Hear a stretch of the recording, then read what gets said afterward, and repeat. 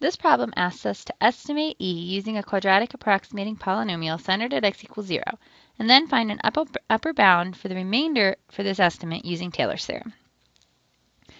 Here is the quadratic approximating polynomial centered at x equals 0. We found this in a previous problem. And now we want to use this quadratic approximating polynomial to estimate e.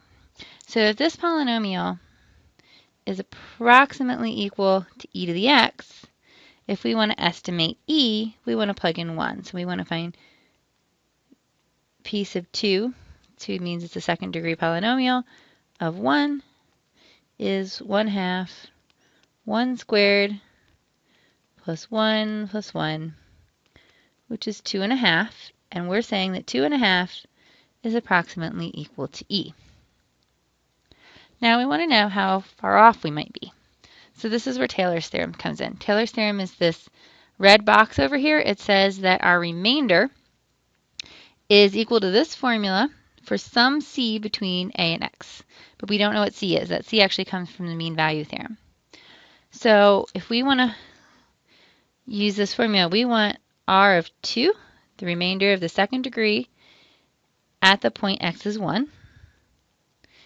And so we're going to have the third derivative evaluated at some point c divided by 3 factorial n plus 1, n is 2, times x, which is 1, minus a, which is 0, because we're centered at 0, to the third.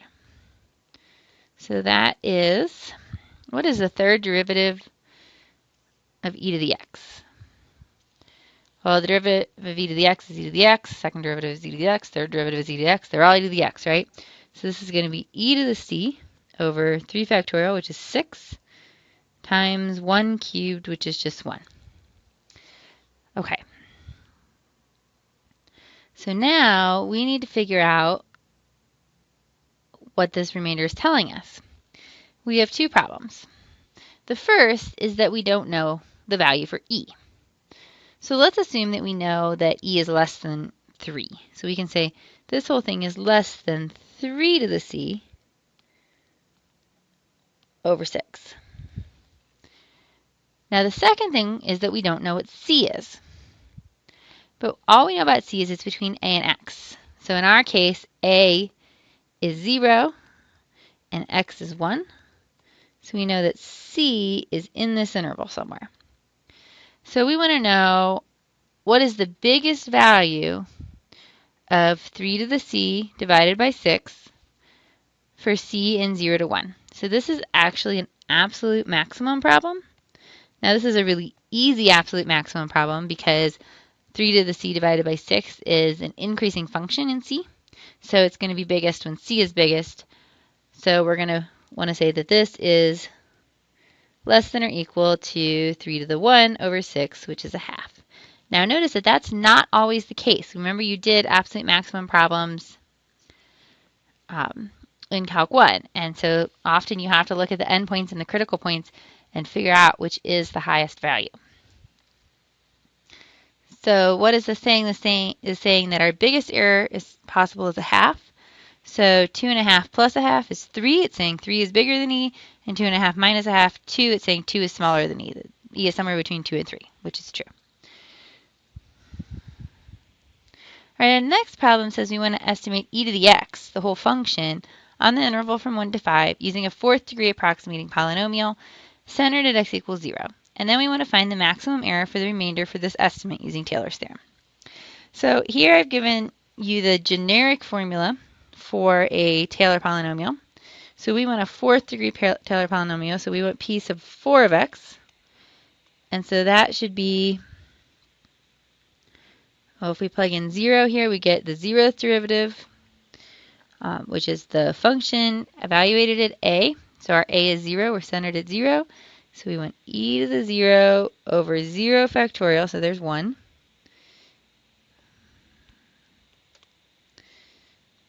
Plus, now we plug in 1, we get f prime.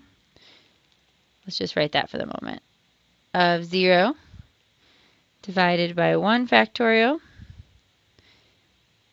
X to the 1 plus f double prime of 0 over 2 factorial x to the 2 plus f triple prime of 0 over 3 factorial x cubed plus f, the fourth derivative at 0 over 4 factorial x to the fourth. Now, notice that we need to find all these derivatives at 0, but our function is e to the x, so all of our derivatives are e to the x. Every time you take the derivative of e to the x, you get e to the x. And so every one of those, when we plug in 0, we're going to get e to the 0, which is 1. So we can say that our polynomial p sub 4 of x is 1, 0 to factorial is 1, plus 1x plus 1/2 x squared. Notice that's what we had before for the quadratic, plus a couple more terms here. We have 1/6 x cubed plus 1/24 x to the fourth. Now, what we really want to do is estimate the maximum error, find the maximum error for the remainder for this estimate. So if we were to use this polynomial on the interval from 1 to 5 to estimate the x, how far off might we be? So we're going to use Taylor's theorem again over here, the red box. So it says that r remainder sub 4 of x. Now we have to keep the x because this is a whole interval we're working with. Is going to be the fifth derivative at some unknown point c divided by 5 factorial x minus, we know a is 0, to the fifth. So what can we say about this? Well, we know what the fifth derivative is. We know that's e to the x. So we can say that r sub 4 of x is e to the c over 5 factorial x to the fifth for some c in the interval. What interval are we in? Well, we're centered at 0, and our x's are in the interval from 1 to 5. So the biggest thing x could be, the farthest it could be from 0 is 5. So c is between 0 and 5. Also, x is between 1 and 4. And we also know that, remember, that e is less than 3. So these are the three bounds we're going to need to get a number from e to the c over 5 factorial x to the fifth. First, let's replace the e with 3. So this whole thing is less than 3 to the c over 5 factorial x to the fifth. Now this, remember, we're only kind of doing because there's an e in the problem. And if we knew the value of e, we wouldn't be having this problem. You wouldn't necessarily have to do this step in every situation. Now the next thing is, let's bound this x. So the biggest thing x can be is, actually x is in 1 to 5, I said. The biggest thing x can be is 5. And so the biggest thing x to the fifth can be, in the interval from 1 to 5, is also 5. So remember, this is an absolute maximum problem. You have to actually figure out what's the biggest thing it could be. If x was going from like -10 to 5, it would be biggest, well, I guess since it's the fifth power, never mind. But think about if this was the sixth power or something and we're going to -10, it would actually be biggest at -10. So you can't always just take the biggest number. That's the point. Okay, so let's say this whole thing is less than or equal to e to the c over 5 factorial 5 to the fifth. And then the last thing we want to say is that c is between 0 and 5. And so 3 to the c is an increasing function.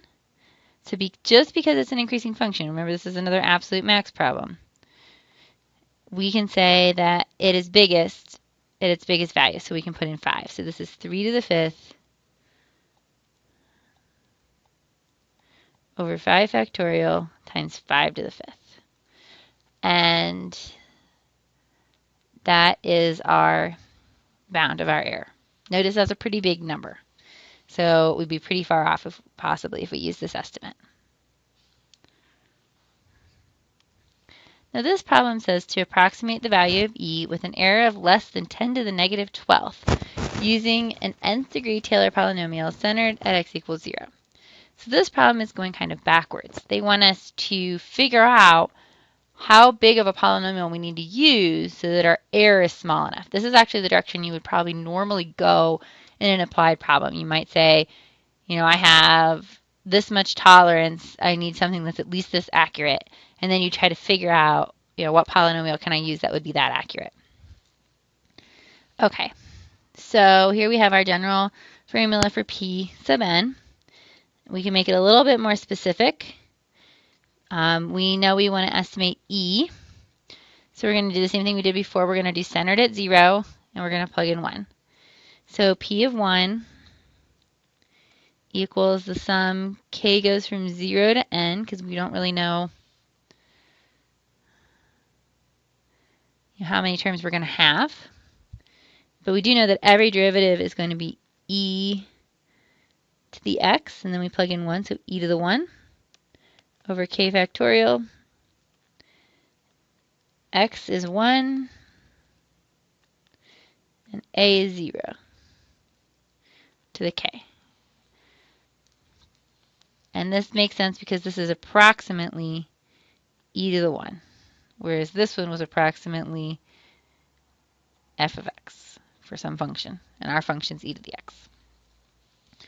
Okay, so simplifying that a little bit, we get P sub n of 1 is the sum k goes from 0 to n of e over k factorial. 1 to the k is just 1. All right, so how big of an error do we have here? Well, let's use the remainder theorem. We know that the remainder for a polynomial of length n at the point 1 is going to be the n plus 1th derivative at, it's not at 1 here this time. This is at some unknown point c. That's what makes this part difficult. Over n plus 1 factorial times x is 1, a is 0, that's where it's centered, to the n plus 1. We do know that the n plus 1 derivative is going to be e to the something, so in this case e to the c, over n plus 1 factorial. 1 minus 0 to the n plus 1 is just 1. All right, and so now what do we know? We want this value to be less than 10 to the 12th, 10 to the negative 12th. Before we can even estimate that, though, let's replace our e with a 3 again, just because, still we don't know the value of e. All right, so we have this. This is our remainder. And we want this to be less than 10 to the negative 12th. So now how do we do this? Usually what we want to do is we're going to take this expression that we want.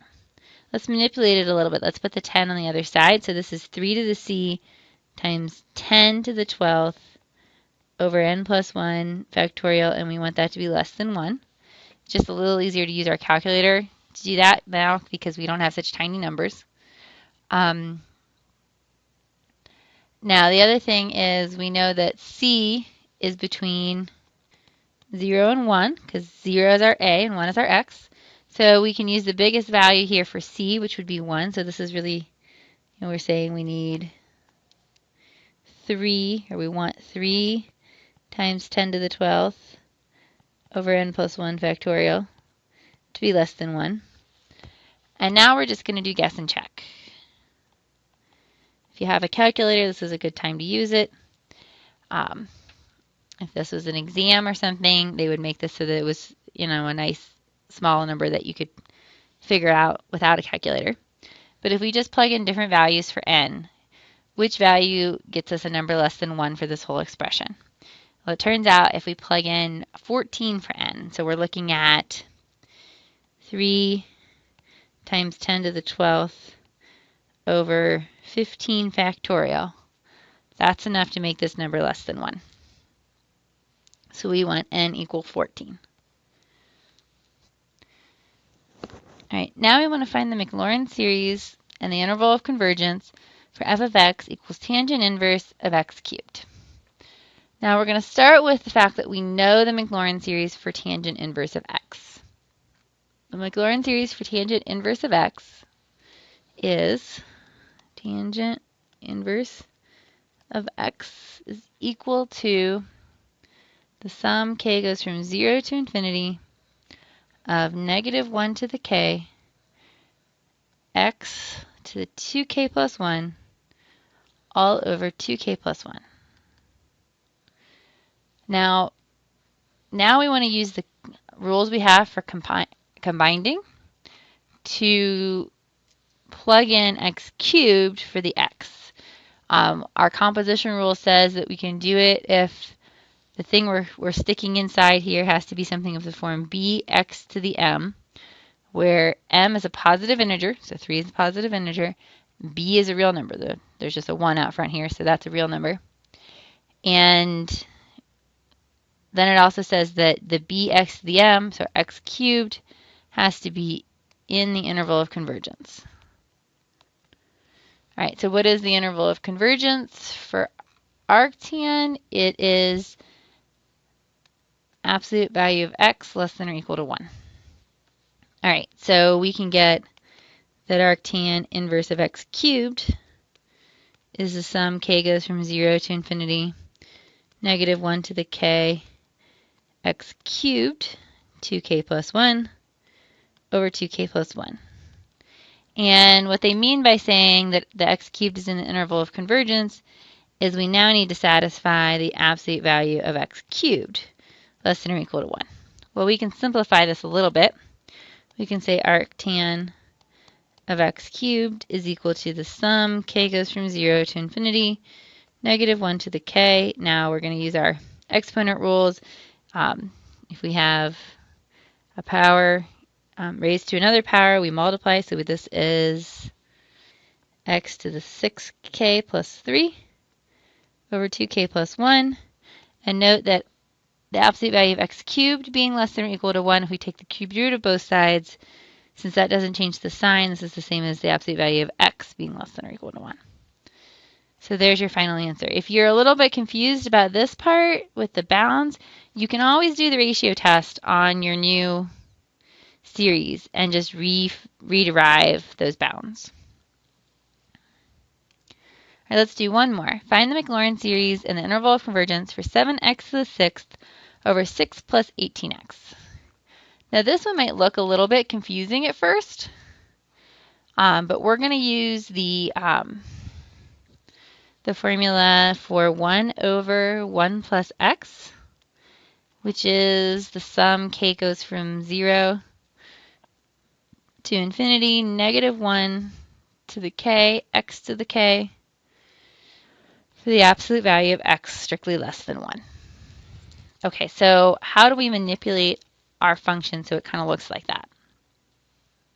So we have f of x equals, and we can easily pull out the 7x to the 6th. Now we have 1 over 6 plus 18x. We can pull a 6 out of that, so we get 7x to the 6th over 6 times 1 over 1 plus 3x. And now it looks like 1 over 1 plus x, except for where there's an x, we have a 3x. So we're going to say that f of x is equal to, we'll keep our 7x to the 6th over 6 out front, times the sum, k goes from 0 to infinity, -1 to the k, and we replace our x with a 3x to the k, and this is where 3x is strictly less than 1. So simplifying that a little bit, we get f of x is equal to, we can bring that 7x to the 6th over 6 inside now. So we have a sum, k goes from 0 to infinity, of 7. Let's break apart this 3 to the k and x to the k. So we're going to have 7, 3 to the k. Now we have x to the k left, and we also have x to the 6. So this is x to the k plus 6. Yeah, remember you add, if you're multiplying things with like bases, you add the exponents. And that's all divided by 6. And also, let's not forget our -1 to the k.